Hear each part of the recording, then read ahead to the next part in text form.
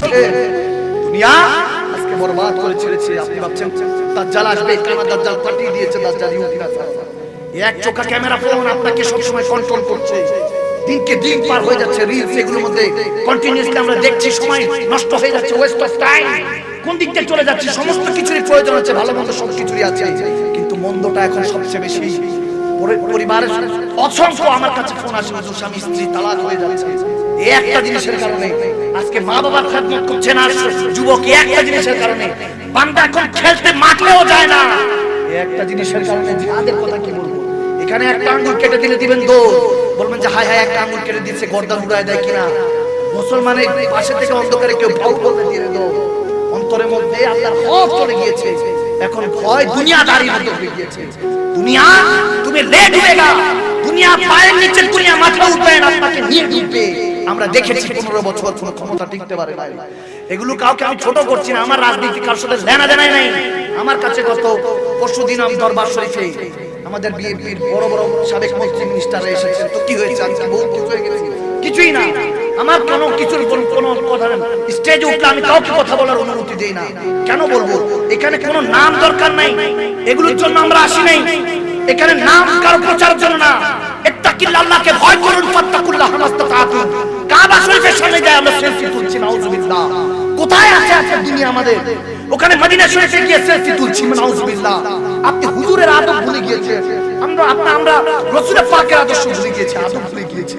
হেরাত গুহার মধ্যে কারিসুলের মধ্যে সানি ইয়াসনাইন বলা হয়েছে কোরআনে পাকে। আবু বকর সিদ্দিক নিজে আগে প্রবেশ করেছে, ইয়া রাসূল আপনি থাকেন, আমি আগে যাই, কিছু থাকতে পারে, জাহেলি কিছু থাকতে পারে। ওখানে যখন গিয়েছেন, হাদিসে এসেছে, হযরতে মোল্লা নাজিমউদ্দিন ওয়াইজিন আলাইহিস সালাম তিনি বর্ণনা করছেন হাদিসে মুবারাকার মধ্যে, যখন সিদ্দিক আকবর প্রথম ঢুকেছে, ইশকে রাসূল পয়দা করুন, এটাই তুলে নেওয়া হচ্ছে। এটা তুলে নিলে আর জিহাদের চেতনা থাকবে না, কারণ আল্লাহকে তো দেখা সম্ভব না, কিন্তু আল্লাহ তো ওই আয়না রেখে দিয়েছেন। নানা মেরাতুল আইনি, আল্লাহ আমার হাবিব বলেছেন আমি খোদা দেখার আয়না, মুমিন কিয়ামত পর্যন্ত দেখতে পারবে। সুবহানাল্লাহ। যদি চায় মুমিন, ওদিন আমার হযরত সিদ্দিক আকবর 70টা ছিদ্র ছিল, একটা সাপ অপেক্ষা করছে 600 বছর। 600 বছর। এখন 2-3 ঘন্টা দেরি হইলে বক্তা আসে না কেন, হুজুর আসে না কেন? পাবলিক পেরেশান। আপনি সেই নবীর কথা শোনার জন্য 2 ঘন্টা পেরেশান হতে পারেন না বান্দা, ও ধৈর্য করতে পারেন না। আবার বলেন নবীকে ভালোবাসে, আল্লাহকে ভালোবাসে। মিথ্যা ছাড়ুন, মিথ্যা তো আমাদের এখন পারফিউম হয়ে গিয়েছে, গীবত চগলখড়ি তো পোশাক আশাক হয়ে গিয়েছে। এখন তো শান দেখানোর জন্য পাগল। নিজেকে বড়, নিজকে ছাড়ুন।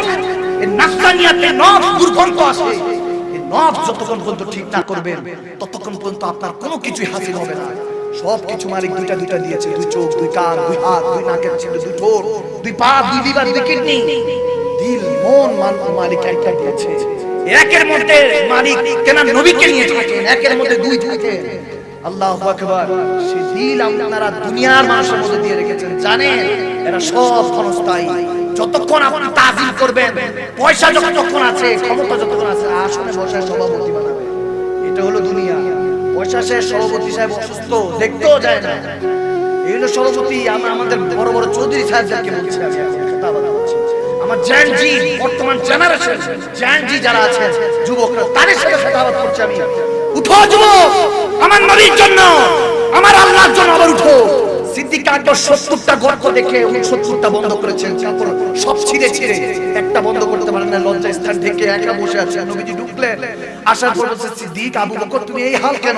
বলি ইয়া রাসূল লজ্জা স্থানটা ঢেকে রেখেছি, যদি এটা সম্ভব হতো তাহলে এটা দিয়ে আমি একটা ছিদ্র, কিন্তু ইয়া রাসূল টেনশন করবেন না, আমি আমার পা রেখে দিয়েছি।